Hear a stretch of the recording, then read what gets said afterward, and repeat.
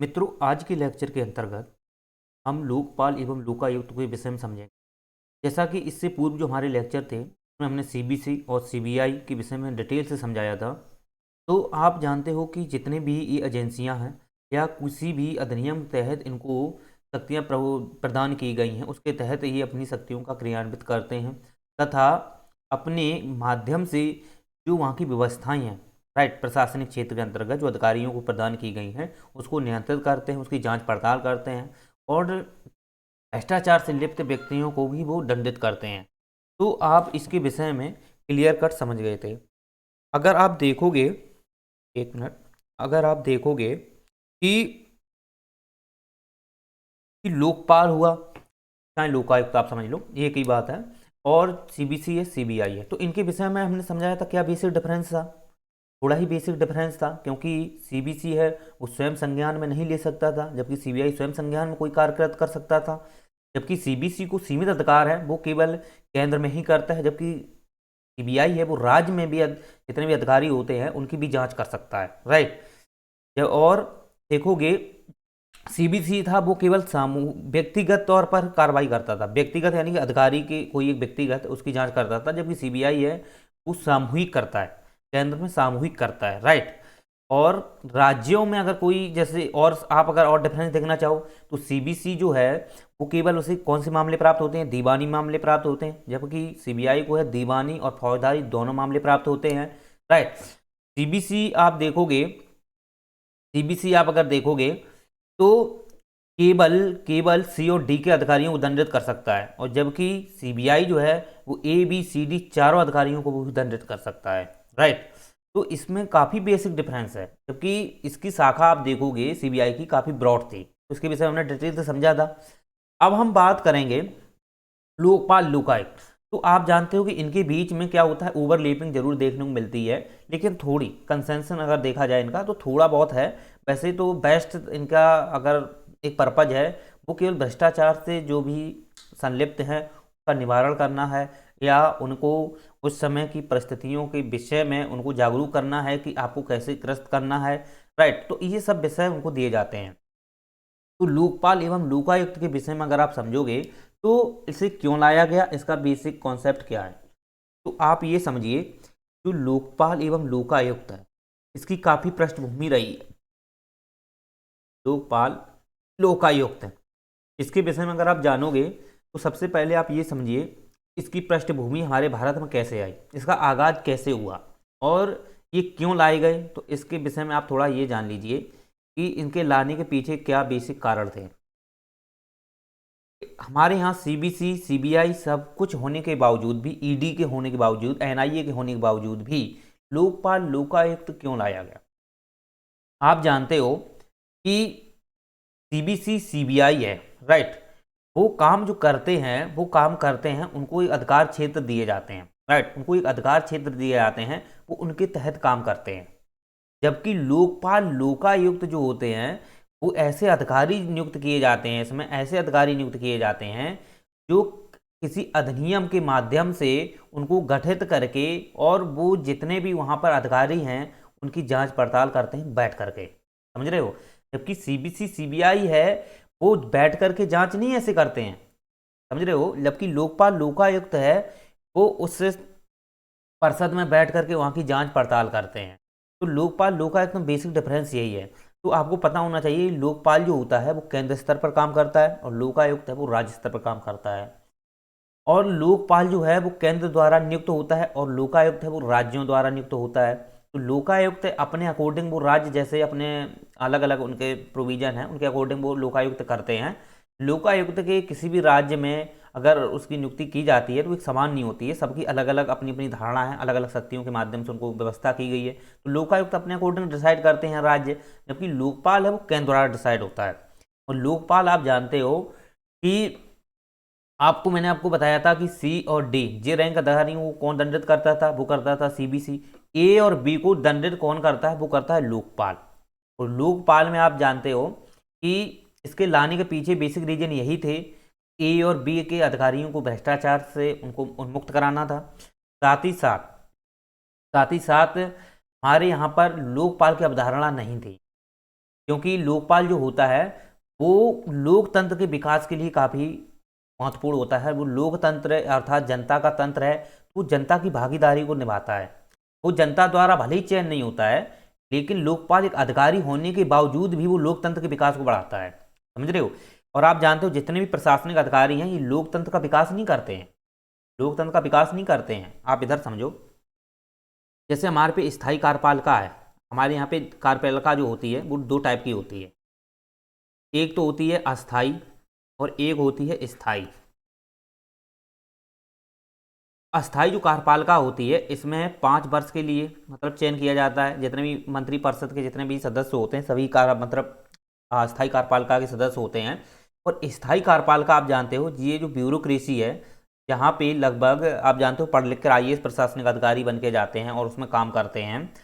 ठीक है, तो ये पूरी स्थायी कार्यपालिका है और ये गुप्त रूप में रहते हैं। अस्थायी कार्यपालिका है वो ओपन रहती है, ओपन रहती है जनता के हित के लिए, लेकिन स्थायी ओपन नहीं रहती है। तो आप ये समझिए कि यहाँ पर जितने भी प्रशासनिक अधिकारी होते हैं, राइट, जो परियोजनाओं को बनाते हैं या जो भी विधि बनाते हैं उनका तैयार करना, लेखा जोखा, ये सब प्रशासनिक अधिकारी को काम होता है। वहाँ पे सूचनाएं देना होता है कि क्या क्या काम होने चाहिए या हमारे देश में क्या क्या व्यवस्थाएं होनी चाहिए, इस संदर्भ में प्रशासनिक अधिकारी ही देते हैं। अस्थायी अधिकारी, अस्थायी जो कार्यपालिका के सदस्य होते हैं वो औपचारिक ही समझ लीजिए, लेकिन मुख्य होते हैं प्रशासनिक, लेकिन उनको गुप्त रखा जाता है। ठीक है, तो इन्हें आप जानते हो कि ये जो अधिकारी होते हैं, ये जो अधिकारी होते हैं ये जनता का प्रतिनिधित्व तो नहीं करते, इन्हें जनता से कोई मतलब नहीं होता है, इतना जनता से इनका मतलब नहीं होता है। भले ही ये पारदर्शी जनहित के लिए काम करते हों, लेकिन जनता से इन्हें मतलब नहीं होता। ये सरकार के क्योंकि ये वस्तुनिष्ठ से काम करते हैं, यानी कि सरकार द्वारा जो भी चीज़ें इन्हें प्रोवाइड कराई जाती हैं वो उसी अकॉर्डिंग काम करते हैं, राइट। अपने दिशा अनुसार ये कोई एक्स्ट्रा काम नहीं करते हैं। एक्स्ट्रा अगर करेंगे तो जनहित के लिए अपने विवेक से कुछ ऐसे कार्य कर सकते हैं जो जन के हित के लिए हो, लेकिन वो कार्य देश की जो सरकार द्वारा जो उन्हें वस्तुनिष्ठ के रूप में जो व्यवस्थाएं दी गई हैं उसके खिलाफ नहीं काम कर सकते, एक भी एक्स्ट्रा नहीं कर सकते हैं। हाँ, ऐसे काम कर सकते हैं जो हित के लिए हैं, लेकिन वो उसमें भले ही नहीं दिया गया है, लेकिन आप वस्तुनिष्ठ के अकॉर्डिंग ही काम करोगे, वस्तुनिष्ठ से बाहर नहीं काम करोगे। वस्तुनिष्ठ का मतलब होता है कि आप एक सीमा के अंदर अंदर काम करना। ठीक है, आपको कुछ चीज़ें ऐसी प्रोवाइड कराई गई हैं कि आपके इतनी चीज़ें हैं और इस घेरा है, और इस घेरा के अंतर्गत जो भी व्यवस्थाएं आपको दी जाएंगी इसके अंतर्गत ही आपको कार्य करना है, इसके बाहर नहीं करना है। तो ये वस्तुनिष्ठ होता है। तो आप ये समझ लीजिए कि प्रशासनिक अधिकारी जो होते हैं वो वस्तुनिष्ठ रूप से काम करते हैं, और आप ये समझिए कि ये जनता का इतना प्रतिनिधित्व नहीं करते हैं। तो अब बात आती है कि ये तो भ्रष्टाचार भी कर सकते हैं, तो भ्रष्टाचार भी कर सकते हैं, क्योंकि आप जानते हो कि ये स्थायी है और ये अस्थायी है। ये स्थायी और ये अस्थायी है। अगर भ्रष्टाचार होता है ना, ये प्रशासनिक अधिकारी अकेले कर सकते हैं और ना ही अस्थायी ये मंत्री परिषद के जो सदस्य होते हैं वो अकेले कर सकते हैं, क्योंकि भ्रष्टाचार इन दोनों के बीच से ही होगा, राइट, इन दोनों के बीच से ही होगा, तभी भ्रष्टाचार कर सकते हैं। क्योंकि इनको इतना जागरूकता नहीं होती है कि कैसे भ्रष्टाचार करना है, कैसे क्या करना है, इनके बीच इनका ही हाथ होता है, मुख्य हाथ इनका ही होता है। ओके, अब बात यहाँ पे आती है कि ये तो जनता का प्रतिनिधित्व करते हैं, ये जनता का प्रतिनिधित्व इतना नहीं करते हैं, इनके बीच घोलमेल रहती है। तो इनके बीच में घोलमेल के बीच में अगर आप जानते हो कि किस प्रकार से व्यवस्थाएं को संचालित करना है, इनकी जांच पड़ताल कैसे करना है, तो इसके लिए लोकपाल आता है। आप जानते हो CBI है, CBC है, ये भी सभी को दंडित करते हैं। CBC तो नहीं करता है, CBI करता है, राइट।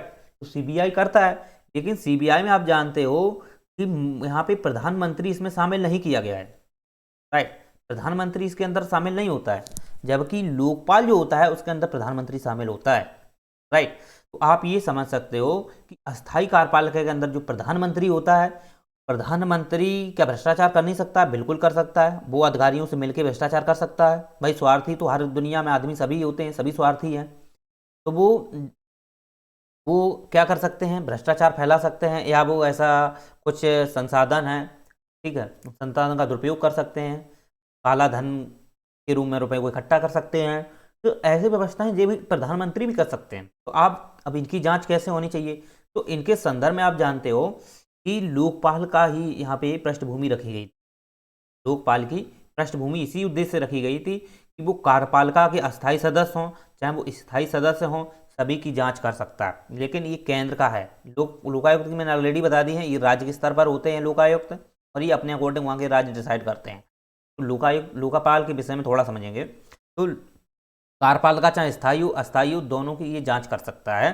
तो और इसका जो काम होता है, वो जनता का प्रतिनिधित्व करता है। वो भले ही जनता द्वारा नहीं चुना जाता हो, लेकिन जनता का वो प्रतिनिधित्व करता है। रीजन, क्योंकि अस्थायी कार्यपालिका के भी जितने भी मंत्री परिषद हैं या जो भी कैबिनेट हैं, जो भी मुख्य सचिव हैं, अधिकारी रैंक के ले लो, चाहे कैबिनेट सचिव ले लो या प्रधानमंत्री ले लो, ये सभी की जांच कर सकता है। ये सभी की जांच कर सकता है, इससे कोई छूटा नहीं है लोकपाल से। केंद्र स्तर पर कोई अधिकारी या कोई भी मंत्री कोई नहीं छूटता है ना, प्रधानमंत्री भी इसी के दायरे में आ जाते हैं। तो इसलिए हम कह सकते हैं कि जो लोकपाल है वो जनता का प्रतिनिधित्व तो जरूर करता है। जनता द्वारा भले नहीं चुना जाता है, लेकिन वो जनता का प्रतिनिधित्व करता है। राइट। तो इस उद्देश्य से लोकपाल की मतलब कि पद लाया गया था, और इसके लाने के पीछे बेसिक कारण यही थे। इससे कारण यही थे कि प्रधानमंत्री उसके अंडर में लाना था। दूसरी बात, कार्यपालिका चाहे स्थायी और अस्थायी हो, दोनों को इनकी जांच पड़ताल की व्यवस्था दी गई। साथ ही साथ आप देखोगे जो लोकपाल था, इसे ए और बी के रैंक के जो अधिकारी हैं इसे दंडित करने की भी इसे व्यवस्था दी गई, क्योंकि ये 2013 में आया था, लागू 2014 में हुआ था। राइट। उस समय किसकी सरकार थी? मनमोहन सिंह की सरकार थी। तो मनमोहन सिंह की सरकार में ये प्रस्ताव आया था, तो ये पारित हुआ था। लेकिन इसकी पृष्ठभूमि बहुत है, अब उसके विषय में थोड़ा समझ लो। तो आप ये जान लो कि ये इसका मतलब कि आगाज कैसे हुआ। तो आपको पता होना चाहिए कि सबसे पहले आप जानते हो 1809 में अगर देखा जाए तो ओम बुड्समैन की जो प्रणाली थी, ओम बुड्समैन ये जो व्यवस्था है, एक्चुअली में ओम बुड्समैन एक स्वीडन शब्द है जिसका मतलब होता है लोकतंत्र, या हम कह सकते हैं लोकतंत्र में इसका प्रतिनिधित्व, यानी कि जनता का प्रतिनिधित्व, इस प्रकार से भी हम इसे बोल सकते हैं। राइट। तो वहाँ पर जो ओम बुड्स का मतलब था, ये वो था डेमोक्रेसी को लेकर के, यानी कि डेमोक्रेसी। राइट। तो ओम बुड्स जो व्यवस्था थी स्वीडन की थी, और स्वीडन में जो ओम बुड्स जो चुना जाता था, राइट, वो डेमोक्रेसी के माध्यम से चुना जाता था, यानी लोकतांत्रिक व्यवस्था के माध्यम से चुना जाता था। और आप जानते हो कि इसे इतनी पावर थी कि ये स्वयं ये क्या कर सकता था, शिकायत भी कर सकता था और स्वयं समाधान भी कर सकता था। यानी कि जो स्वीडन की जो संसद है, वहाँ की जो भी संसद है, उस संसद में जो ओम्बुड्समैन होता है वो जनता के द्वारा उनको लोकतंत्र के माध्यम से उसको चयनित किया जाता है, और उसे इतनी पावर होती है कि स्वीडन जितने भी संसद के अधिकारी हैं वो हैं, उनको वहाँ पे ये जांच पड़ताल कर सकता है, उनकी जांच पड़ताल कर सकता है। और साथ ही साथ इसे आप देखोगे तो इसे वहाँ पे न्यायालय के अंदर रखा गया है, ये न्यायालय सहित होता है। यानी कि ओम्बुड्समैन जो है स्वीडन का, वो न्यायालय युक्त होता है, जबकि भारत में आप देखोगे न्यायालय से भिन्न है, न्यायालय से अलग होता है, जबकि स्वीडन में न्यायालय से ही होता है। यानी कि इसका मतलब कि जो वहाँ का सुप्रीम कोर्ट है या जो भी हाई कोर्ट हो वहाँ के, तो उसके अंडर में रहता है, ये उसके अंडर में रहता है। ठीक है, यानी कि अपनी ये जांच पड़ताल है ये न्यायालय को देता है, किसे? न्यायालय को देता है, सुप्रीम कोर्ट या हाई कोर्ट वहाँ के। जबकि भारत में जो ओम्बुड्समैन होता है उसका स्वयं का एक अपना एक न्यायालय होता है, जो ए और बी के अधिकारियों को दंडित करता है। ये सीडी को नहीं करता है, केवल ए और बी के अधिकारियों को ही दंडित करता है। राइट। लेकिन आप एक चीज क्लियर कट ये कर लीजिए कि दंडित वो ए और बी को करता है, जांच पड़ताल ये सबकी कर सकता है, जांच पड़ताल सबकी कर सकता है। तो फिर सीडी को कौन दंडित करेगा? तो सीडी को आपको पता होना चाहिए, वो दंडित कौन करता है? सीबीसी करता है। तो ये जो न्यायालय से क्या होता है, बाहर होता है। राइट। इसका खुद का एक न्यायालय होता है, लेकिन सुप्रीम कोर्ट हाई कोर्ट है उससे थोड़ा बाहर होता है। लेकिन वहाँ आप देखोगे ओम्बुड्समैन की जो प्रणाली है, वहाँ पर ये न्यायालय के अंदर में ही होता है, वहाँ के न्यायालय के अंदर में ही होता है। यानी कि जो अपनी ये व्यवस्थाएं देगा, रिपोर्ट देगा, इसका वहाँ का खुद का न्यायालय नहीं है। ये न्यायालय जो वहाँ का है, जो वहाँ का केंद्र का न्यायालय है, उसी न्यायालय के अंतर्गत ही ये काम करता है। और अपनी जो रिपोर्ट हैं या दंडित जो करेगा वो उस न्यायालय के माध्यम से ही कराएगा, स्वयं नहीं करता है, उस न्यायालय के माध्यम से कराएगा। तो ये थोड़ा बेसिक डिफरेंस है, आप इसमें समझ सकते हो। तो ये जो व्यवस्था थी इसको लाने वाले कौन थे? वो थे Donald C Rover. Donald C Rover, Donald C Rover जो थे, ठीक है, इनके द्वारा ओम बोट्स की प्रणाली लाई गई थी, इन्होंने ही लॉन्च की थी, इनको जन्मदाता भी कहते हैं वहाँ के, तो इनके माध्यम से लाई गई थी। जबकि भारत में अगर आप देखोगे तो भारत में जो व्यवस्था आई थी लोकपाल की, लोकपाल एवं लोक आयुक्त की, तो ये एक लक्ष्मी मल जो सिंघवी समिति थी, लक्ष्मी मल सिंघवी समिति, सिंघवी समिति, इसके द्वारा से लाया गया था। लेकिन ये लाया कब गया था ये आपको पता होना चाहिए, 1968 में ही इसे लाया गया था। लेकिन 1968 के बाद आप जानते हो कि बहुत इसमें इसके विधेयक प्रस्ताव लोकसभा में आए, लोकसभा में कहीं लोकसभा भंग हुई, ठीक है, किसी किसी में मृत्यु भी प्रधानमंत्री की हुई है, जैसे राजीव गांधी की भी हुई है, और ऐसी अवस्था में आप जानते हो कि 1984 में इंदिरा गांधी की भी हुई है, 1989 में उनकी राजीव गांधी की भी हुई है, तो फिर लोकसभाएं भंग भी हो गई, समझ रहे हो। तो जैसे राजीव गांधी भाई, और उसके बाद 1991 में भी भंग हुई, तो फिर ऐसे 1992 में भी ऐसी अवस्था रही है, तो फिर ये पास नहीं हुआ है। लेकिन अभी हम डिटेल से समझाएंगे, इसके भी कॉन्सेप्ट को समझाएंगे। इसके पहले आप और चीज़ें समझ लीजिए। तो ओम्बड्समैन जो स्वीडन में थी, तो ये धीरे धीरे अदर अदर देशों में फैलती गई, पूरे यूरोप में, जैसे फिनलैंड में फैल गई, उधर नॉर्वे में भी गई। इसके बाद आप जानते हो उधर फिनलैंड है, नॉर्वे है, उधर और भी बहुत सारे देश आते हैं, राइट। तो उन सभी देशों में, यूरोप के देशों में ये फैल गई धीरे धीरे, और अमेरिका में भी गई, तो अमेरिका में भी ये गई। इसके बाद न्यूजीलैंड में भी ये व्यवस्था है। तो आप ये चीज़ समझ सकते हो कि ओम्बुड्समैन प्रणाली थी, ये धीरे धीरे सभी देशों में फैलती गई। लेकिन ये जरूरी नहीं है कि ओम्बुड्समैन जैसी व्यवस्था ही सभी देश अपनाएं, राइट। जैसे आप न्यूजीलैंड की बात कर लो, तो न्यूजीलैंड में जब आई थी ये, तो न्यूजीलैंड में इसी ओम्बुड्स को वहाँ पर क्या कहते हैं, वो कहते हैं वहाँ पर पार्लियामेंट कमिश्नर और इन्वेस्टिगेशन, पार्लियामेंट कमिश्नर, कमिश्नर और इन्वेस्टिगेशन। तो न्यूजीलैंड में ये व्यवस्था की गई, यानी कि जांच पड़ताल करने का एक कमिश्नर होता है वहाँ पे, जो संसद में बैठता है न्यूजीलैंड की, तो यह व्यवस्था उसी के नाम से ही की गई है।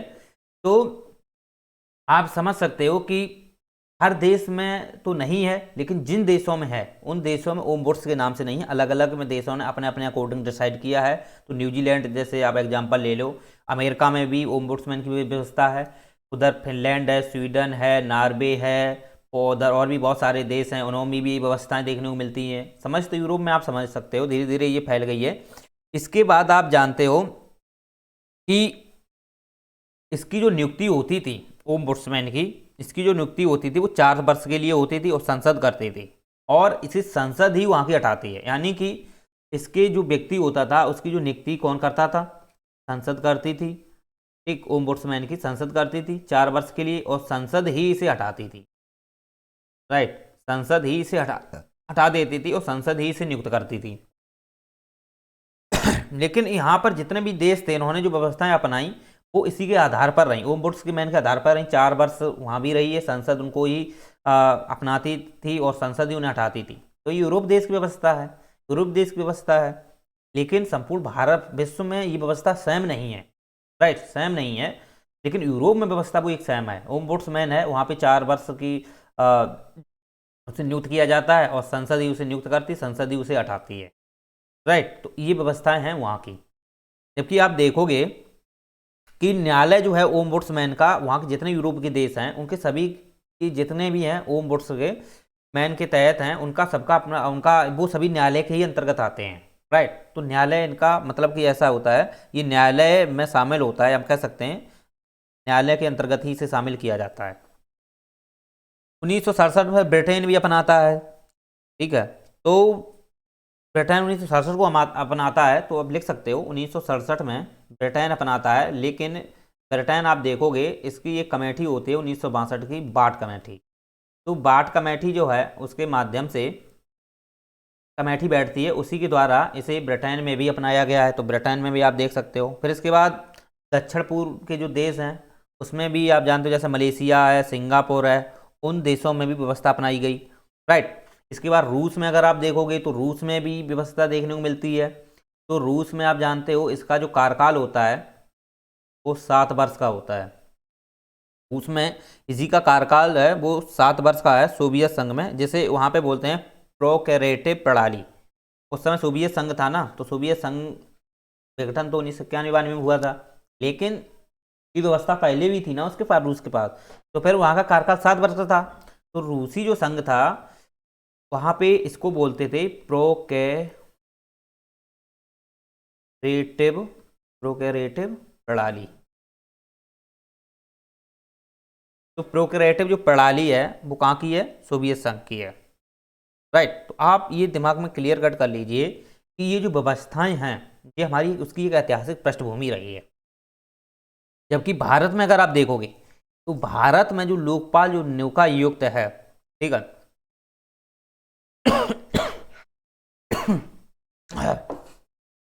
भारत में जो लोकपाल और लोकायुक्त है, लोकपाल और लोकायुक्त है, अगर इसकी बात की जाए तो हमने आपको ऑलरेडी बताया भारत में जो अपनाई गई है वो है लक्ष्मीमल समिति, लक्ष्मीमल जो सिंघवी समिति है के माध्यम से, और 1968 में से अपनाया गया था, राइट। 1968 में अपनाया गया था। लेकिन भारत में लोकपाल और लोकायुक्त की जो व्यवस्था है वो ओम बुड्स जैसी नहीं है, ओम बुड्स जैसी नहीं है। रीजन देखो आप कैसे, इसे आप देखोगे तो भारत में इसे न्यायालय से बाहर रखा गया है, ये न्यायालय के बाहर है, ये न्यायालय के बाहर होता है। और न्यायालय के बाहर कौन कौन देश हैं, और ये व्यवस्था जो अपनाई गई है न्यायालय बाहर की, ये एक चीज़ आप क्लियर कट कर लो, जो ओम्बुड्स व्यवस्था है वहाँ की जो व्यवस्थाएं हैं जो स्वीडन में थी वो व्यवस्था भारत ने भी अपनाई, व्यवस्था भारत की भी है। लेकिन जो न्यायालय से को बाहर रखा गया है, न्यायालय से इसे जो बाहर रखा गया है, ये व्यवस्था जो अपनाई गई है ब्रिटेन से अपनाई गई है, या हम इसे कह सकते हैं न्यूजीलैंड से, क्योंकि ब्रिटेन बाद में आता है, न्यूजीलैंड में पहले थी। तो न्यूजीलैंड और ब्रिटेन ऐसे देश हैं जो ओम बोट्स के अंतर्गत आते हैं, लेकिन ये न्यायालय से बाहर होते हैं, जबकि यूरोप में है वो न्यायालय के अंदर ही होते हैं। चलिए, तो इतना व्यवस्था आप ये चीज़ें समझ सकते हो।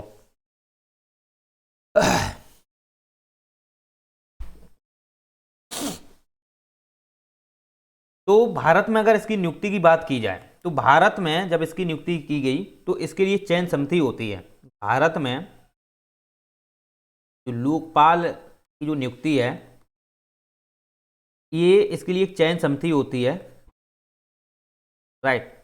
और ये चयन समिति जो होती है, ये चयन समिति जो होती है ये अनुसंधान समिति के माध्यम से बनती है जो कार्मिक प्रशिक्षण मंत्रालय के तहत है।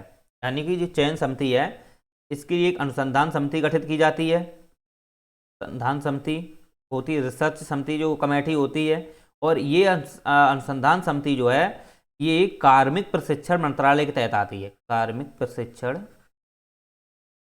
जो मंत्रालय होता है भारत का उसके तहत ये आती है, और यही क्या करती है, चयन समिति को गठित करती है। एक पहले ये कार्मिक प्रशिक्षण मंत्रालय है, इसके तहत अनुसंधान समिति गठित की जाती है, फिर यही क्या करती है, चयन समिति का गठन करती है। इसके बाद इसकी नियुक्ति की जाती है, इसके बाद इसकी नियुक्ति की जाती है। तो नियुक्ति आप जानते हो, अगर नियुक्ति आप जानते हो तो नियुक्ति की अगर बात की जाए, नियुक्ति की बात की जाए तो इसमें आप जानते हो कौन कौन होता है। तो नियुक्ति की अगर हम बात करें तो नियुक्ति में अध्यक्ष होते हैं और 7 सदस्य होते हैं, यानी कि अध्यक्ष सहित 8 सदस्य होते हैं, टोटल 8, यानी कि 8 सदस्य होते हैं।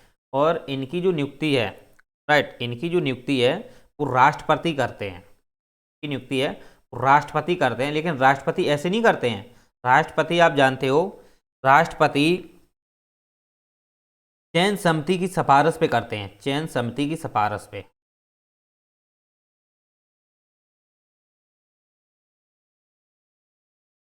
पहले आप ये देख लो कि ये अध्यक्ष और 7 सदस्य होते कौन कौन है। तो पहला जो अध्यक्ष जो होता है ये पूर्व सीजेआई जो होते हैं, पूर्व सीजेआई या हम कह सकते हैं पूर्व मुख्य न्यायाधीश, जो सुप्रीम कोर्ट के जो सुप्रीम कोर्ट के पूर्व जो सीजीआई होते हैं, चीफ जस्टिस ऑफ इंडिया, मुख्य न्यायाधीश होते हैं सुप्रीम कोर्ट के पूर्व, उन्हें ही लोकपाल नियुक्त किया जाता है, वही अध्यक्ष होते हैं। ठीक है, उन्हीं को अध्यक्षता दी जाती है, वही नियुक्त किए जाते हैं। और इनकी नियुक्ति तो हमने आपको बताई दी है कि चयन समिति के माध्यम से की जाती है। जो 8 सदस्य और भी होते हैं, जैसे 8 सदस्य जो अन्य होते हैं, अगर आप उन्हें देखोगे तो इसमें आप जानते हो कौन कौन होते हैं।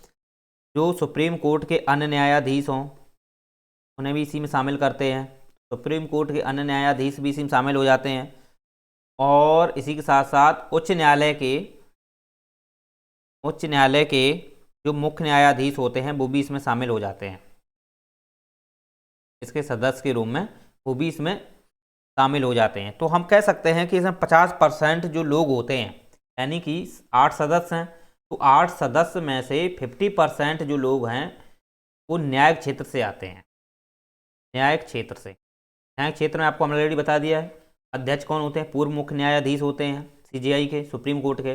और सुप्रीम कोर्ट के अन्य न्यायाधीश भी शामिल होते हैं, उच्च न्यायालय के मुख्य न्यायाधीश भी शामिल होते हैं। इस प्रकार से 8 सदस्य में से 4 सदस्य जो होते हैं वो न्यायिक क्षेत्र से आते हैं, राइट, न्यायिक क्षेत्र से आते हैं।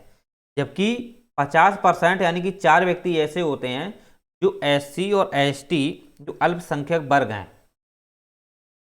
एसटी एसटी के जो अल्पसंख्यक वर्ग हैं वहाँ से आते हैं। उसमें आप महिला, आप समझ सकते हो कि जो महिलाएं होती हैं वो भी इसमें शामिल होती हैं, राइट। तो महिलाएं जो होती हैं इसमें शामिल होती हैं। और हमने आपको बता ही दिया है कि 4 सदस्य जो होते हैं न्यायिक क्षेत्र से हो गए और 4 सदस्य हैं वो एससी एसटी अल्पसंख्यक वर्ग से, महिला वर्ग से शामिल होती हैं। तो इस प्रकार से 4 4 8 हो गए, राइट। तो ये तो इसके सदस्य होते हैं, ये तो इसके सदस्य होते हैं। लेकिन आप ये चीज़ समझ लीजिए कि ये सदस्यता है, इनकी नियुक्ति करता कौन? इनकी नियुक्ति कौन करता है? वो करती है चयन समिति। मैंने आपको वही बताया। अब चयन समिति के बारे में अगर थोड़ा समझो तो चयन समिति में सदस्य कौन कौन होते हैं।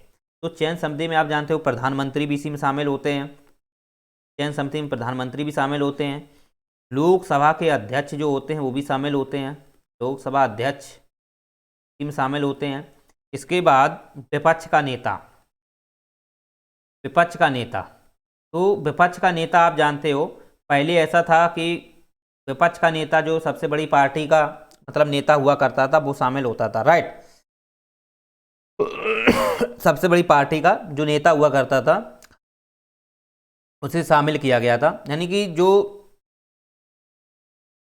2015 का लोकपाल जो लोकायुक्त जो अधिनियम आया था, संशोधन उसमें किया गया था, तो उसके अंतर्गत व्यवस्था ये कर दी गई बाद में कि जो विपक्ष का नेता है जो सबसे बड़ी पार्टी का है, साथ ही साथ विपक्ष का नेता जो सबसे बड़ी पार्टी का होना चाहिए, मतलब सबसे ज़्यादा जैसे मतलब विपक्षी नेता जिसकी पार्टी में शामिल हो, इसके बाद उसके पास 10% सीटें होनी चाहिए, 10% उसके पास सीटें होनी चाहिए, तो वो विपक्ष का नेता और बड़ी पार्टी का नेता माना जाएगा। यानी कि बड़ी पार्टी का भी होना चाहिए, 10% सीटें आरक्षित होनी चाहिए उसके पास, तब वो विपक्ष का नेता चुना जाएगा। तो विपक्ष का नेता आप इसी में सम्मिलित कर सकते हो। ये 2015 में ये व्यवस्था की गई थी, राइट। 2015 में लोकपाल लोकायुक्त संशोधन हुआ था, उसके तहत व्यवस्था की गई थी। चलिए, तो आप ये चीज़ें समझ सकते हो। तो और भी अगर इसमें देखा जाए तो इसमें सीजेआई तो रहेंगे ही, सीजीआई तो रहेंगे ही, यानी कि पूर्व मुख्य न्यायाधीश में नियुक्त किए जाते हैं। तो सीजीआई के जो वर्तमान में मुख्य न्यायाधीश होते हैं, वर्तमान में जो मुख्य न्यायाधीश होते हैं वो भी इसी में शामिल होते हैं चयन समिति के अंतर्गत। साथ ही साथ या इनके द्वारा कोई ऐसा निर्देशित व्यक्ति, इनके द्वारा कोई ऐसा निर्देशित व्यक्ति है वो भी इसी के इसमें शामिल हो सकता है। अगर वो नहीं है, मुख्य न्यायाधीश उस समय वर्तमान में नहीं है, तो इनके द्वारा कोई निर्देशित व्यक्ति होता है वो भी इसमें शामिल हो जाएगा उनकी परामर्श के आधार पर। तो ये है चयन समिति। तो इनकी चयन समिति के माध्यम से ये क्या होती है, एक चयन समिति गठित की जाती है जिसमें प्रधानमंत्री शामिल होते हैं, लोकसभा अध्यक्ष शामिल होते हैं, विपक्ष का नेता भी शामिल होता है, सीजीआई मुख्य न्यायाधीश भी इसमें शामिल होते हैं, या उनके द्वारा निर्देशित कोई व्यक्ति इसमें शामिल होता है। तो यही चयन समिति जो है, यही चयन समिति जो है ये सिफारिश करती है राष्ट्रपति को। यही चयन समिति सिफारिश करती है राष्ट्रपति को, तब राष्ट्रपति इन सदस्यों की नियुक्ति करते हैं, इन सदस्यों की नियुक्ति करते हैं। लेकिन आप एक चीज़ क्लियर कट और कर लीजिए, जो चयन समिति है, लेकिन चयन समिति के लिए भी एक छावनी समिति होती है जो इन सदस्यों को छानबीन करके मतलब एक गठित करती है। अब इनको भी तो शामिल जो करती है उसके लिए एक छावनी समिति बनाई जाती है, छावनी समिति।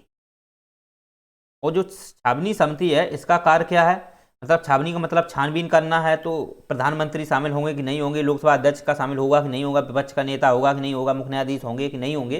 तो ये छानबीन जो करते हैं इन लोगों की, मतलब जो चयन समिति के अंतर्गत जो व्यक्ति आते हैं इनकी जो जो छानबीन करेंगे वो कौन करती है, छावनी समिति। जो छावनी समिति होती है वो ही इसकी छानबीन करेंगे। तब ये चयन समिति में ये सदस्य इसमें आते हैं। और आप जानते हो जो छावनी समिति होती है, छावनी समिति है ये कार्मिक प्रशिक्षण मंत्रालय के तहत आती है। आपको मैंने अभी बताया था जो अनुसंधान समिति है, इसे भी रिसर्च समिति या छावनी समिति इसी को बोलते हैं, राइट, इसे बोलते हैं। तो यही है कार्मिक प्रशिक्षण मंत्रालय के तहत ये आती है। ऑलरेडी हम आपको बताए थे, कार्मिक प्रशिक्षण मंत्रालय।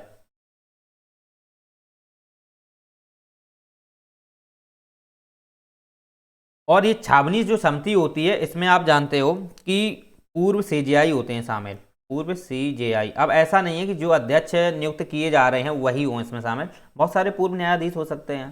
तो सीजेआई के जो पूर्व मुख्य न्यायाधीश होते हैं, पूर्व में कई सारे हो सकते हैं, तो उसी इसके मतलब अध्यक्ष होते हैं, राइट। साथ ही साथ ये व्यक्ति जो होता है, ये सीजेआई जो होते हैं, लगभग इनको 25 वर्ष का अनुभव होना चाहिए, लगभग 25 वर्ष का अनुभव होना चाहिए। ऐसा हम कह सकते हैं कि छावनी समिति के जो अध्यक्ष होते हैं, राइट, तो उसे लगभग में 25 वर्ष का अनुभव होना चाहिए। साथ ही साथ उन्हें बीमा क्षेत्र में, बीमा क्षेत्र हो या कोई विज्ञान क्षेत्र हो, न्याय क्षेत्र हो, उसमें उनको 25 वर्ष का अनुभव होना चाहिए। ऐसे व्यक्ति को छावनी समिति में अध्यक्ष बनाते हैं। यही अध्यक्ष जो है वो क्या करते हैं, प्रधानमंत्री, लोकसभा अध्यक्ष, विपक्ष का नेता, सीजेआई मुख्य न्यायाधीश, इनको वो मतलब छानबीन करके एक चयन समिति गठित करते हैं। और यही चयन समिति है सिफारिश करती है राष्ट्रपति को, फिर राष्ट्रपति से मतलब राष्ट्रपति फिर क्या करते हैं कि नियुक्ति करते हैं। अब बात आती है इन्हें पद से हटाने की। तो पद से जब हटाया जाता है तो ये चयन समिति ही की आवश्यकता होती है, राइट। चयन समिति के माध्यम से ही इन्हें पद से हटाया जाता है। ऐसा नहीं है कि राष्ट्रपति उन्हें जब चाहे तब हटा दें, चयन समिति है और चयन समिति में सभी की सिफारिश होनी चाहिए। ऐसा नहीं है कि विपक्ष है, बहुमत नहीं है, सहमति होनी चाहिए सभी की, तब ये लोकपाल को हटाया जा सकता है। अर्थात लोकपाल को नहीं हटा सकते हैं। अगर इसमें से विपक्ष का नेता भी अगर मना कर रहा है तो फिर प्रधानमंत्री नहीं हटा सकते हैं उसे। तो इसलिए सभी की सहमति अनिवार्य होती है। तब चयन समिति क्या करती है, राष्ट्रपति को पुनः सिफारिश करेगी, तब लोकपाल को हटाया जा सकता है, अन्यथा लोकपाल को हटाया नहीं जा सकता है। इसके बाद आप जानते हो इनका अगर कार्यकाल देखा जाए तो इनका कार्यकाल जो होता है वो 5 वर्ष या 70 वर्ष है। जबकि ओम बुड्समैन का कितना कार्यकाल था, 4 वर्ष था, राइट। जबकि इसका कार्यकाल है 5 वर्ष या 70 वर्ष। यानी कि जो व्यक्ति अध्यक्ष या सदस्य बन रहे हैं उनका कार्यकाल 5 वर्ष होना चाहिए या वो 70 वर्ष तक। यानी कि अगर जो व्यक्ति 65 साल पे बन रहा है तो वो बनाया जा सकता है, जिसकी एज 65 साल की है तो बनाया जा सकता है। और 65 साल से कम है वो चल जाएगा, वो चल जाएगा, ठीक। और 5 वर्ष तो होना ही चाहिए, 5 वर्ष तो इसका कार्यकाल निर्धारित किया गया है और 70 वर्ष तो एज के अकॉर्डिंग डिसाइड किया गया है। तो आप ये चीज़ें समझ सकते हो, ठीक है। अब हम इसमें ये बात करते हैं, तो ये तो लोकपाल की बात थी। अब लोकायुक्त की अगर बात की जाए तो लोकायुक्त जो होते हैं वो राज्यों पर निर्धारित किए हैं, तो राज्य अपने अकॉर्डिंग डिसाइड करते हैं। उनका कार्यकाल तो सेम ही होता है, 5 वर्ष का उनका भी होता है, लेकिन वो अपने आधार पर अलग अलग व्यवस्थाएं करते हैं, राइट। उसकी एक समान व्यवस्था नहीं है, ठीक है। हाँ, इतना जरूर है कि जो संशोधन अधिनियम किए गए हैं लोकपाल लोकायुक्त के, वो उसमें जो प्रोविजन किए गए हैं उसके अकॉर्डिंग वो प्रोविजन अपनाते जरूर हैं, लेकिन कुछ अपनी तरफ से उन्हें शक्तियां दी गई हैं राज्य होने के नाते, तो फिर उनको भी फॉलो कर लेते हैं। अब केंद्र की जो शक्तियां सब अपने आधार से करेंगे तो फिर तो इसकी आलोचना होने लगेगी लोकायुक्त की, इसलिए उन्हें भी पावर दी गई है कि तुम अपने अकॉर्डिंग डिसाइड कर सकते हैं। चलिए, तो आप ये चीज़ें समझ सकते हो।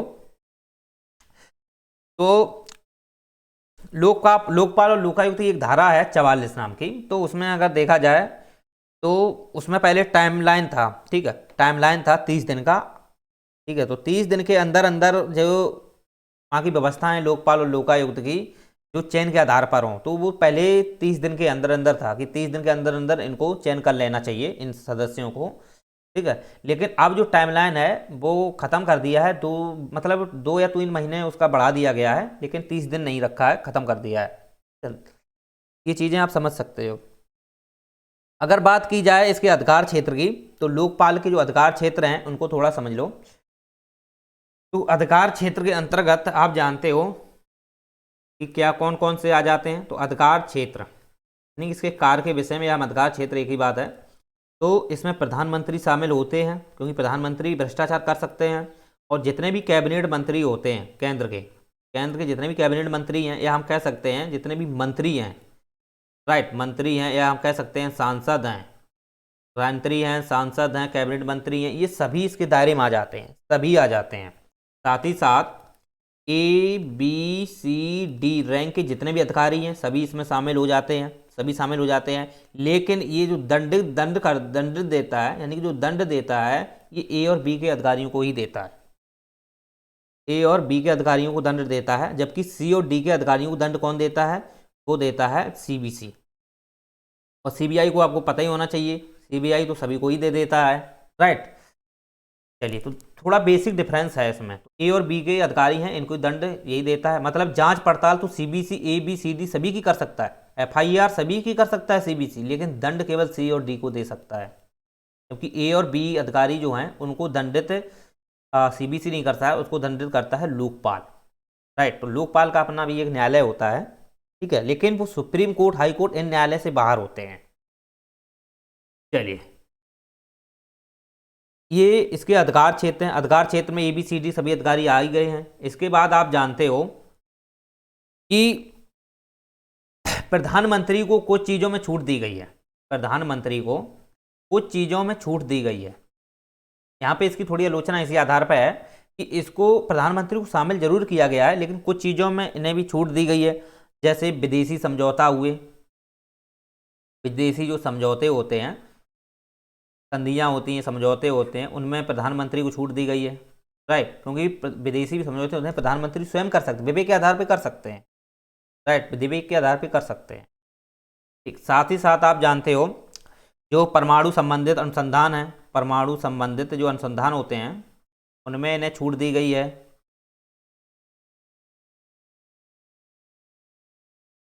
ओके, उसके अंतर्गत इनको छूट दी गई है। और आप देखोगे स्पेस तकनीक, यानी कि जो भी अंतरिक्ष तकनीक है, अंतरिक्ष तकनीक है, राइट, तो उसमें इन्हें छूट दी गई है। उनमें ये जो 3 व्यवस्थाएं हैं, परमाणु संबंधित अनुसंधान है, या विदेशी समझौते हैं, विदेशी समझौते हैं, या अंतरिक्ष तकनीक है, इसके विषय में उन्हें छूट दी गई है प्रधानमंत्री को। जबकि और जो विषय हैं उनके अंतर्गत आप जानते हो इन्हें छूट नहीं दी गई है प्रधानमंत्री को। और इसे जो इसे अधिकार प्राप्त होते हैं वो होते हैं केवल दीवानी मामले, दीवानी मामले या सिविल। से आपराधिक मामले शामिल नहीं होते हैं, इसमें आपराधिक मामला शामिल नहीं है, केवल दीवानी और सिविल मामले ही प्राप्त हैं। जैसे CBC को प्राप्त हैं, CBI को दोनों प्राप्त हैं। CBC को दीवानी सिविल प्राप्त हैं, लोकपाल है उसे भी दीवानी और सिविल मामले ही प्राप्त हैं। उनसे ही A और B को, और जितने भी मंत्री हैं या जो भी प्रधानमंत्री, उनको जो दंडित करेंगे वो दीवानी या सिविल मामले के तहत अगर उन्होंने अपराध किया है तो उनको दंडित करेंगे। फौजदारी मामलों से कोई मतलब नहीं होता है लोकपाल को, राइट। चलिए, तो आप ये दिमाग में क्लियर कट कर लो कि इन्हें कौन कौन से मामले प्राप्त होते हैं, केवल दीवानी मामले ही इन्हें प्राप्त होते हैं। इसके बाद जितने भी सरकारी उपक्रम होते हैं, सरकारी उपक्रम का मतलब है जो PSU के अंतर्गत आते हैं, यानी पब्लिक जो सेक्टर अंडरटेकन जो है, उसके अंतर्गत जितनी भी कंपनियां आती हैं, जैसे आप जानते हो NTPC हुआ, ONGC हुआ, गेल हुआ, राइट। इनके जो निदेशक हैं NTPC, ONGC, गेल है, तो इनके जो निदेशक होते हैं, या हम जैसे बोलते हैं CO, जैसे CO भी होते हैं, निदेशक भी होते हैं, CO भी होते हैं, तो इनकी भी ये क्या कर सकता है, जांच कर सकता है, लेकिन केवल दीवानी मामलों में ही कर सकता है, राइट।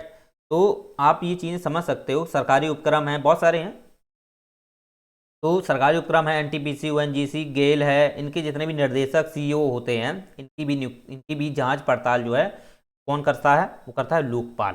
लोकपाल के काफ़ी इसमें थोड़ा विस्तार विस्तृत किया गया है। चलो तो लोकपाल का तो आपको पता ही होना चाहिए, खुद का न्यायालय होता है। लेकिन एक चीज और समझ लीजिए कि लोकपाल लोकपाल के अंदर एक पावर और होती है, लोकपाल को एक पावर और दी गई है। लोकपाल जो होता है वो सीबीआई को डायरेक्ट निर्देश या आदेश भी दे सकता है, सीबीआई को जांच के लिए आदेश भी दे सकता है, राइट। सीबीआई को डायरेक्ट वो आदेश के लिए जांच दे सकता है।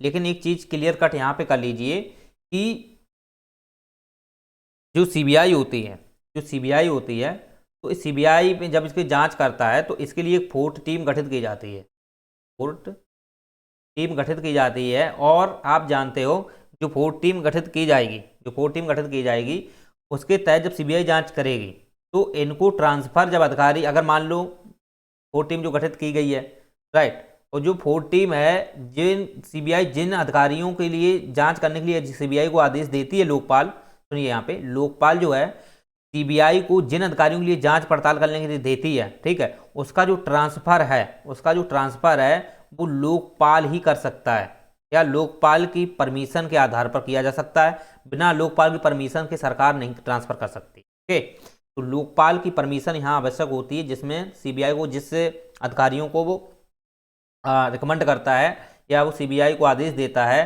कि आप ऐसे ऐसे ये अधिकारियों की जांच पड़ताल कीजिए।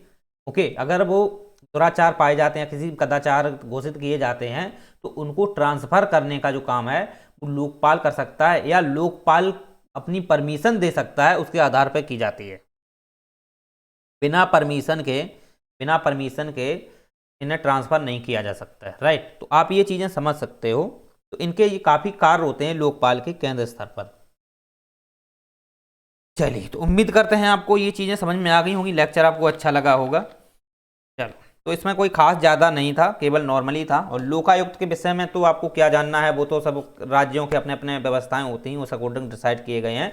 लेकिन इसमें जो लोकपाल लोकायुक्त जो अधिनियम है, संशोधन अधिनियम है, उनके तहत जो लोकायुक्त की जो व्यवस्थाएं हैं वो सभी में एक समान होती हैं, क्योंकि राज्य स्तर पर जो भी संशोधन संबंधी व्यवस्थाएं वो सभी में समान होती हैं ना।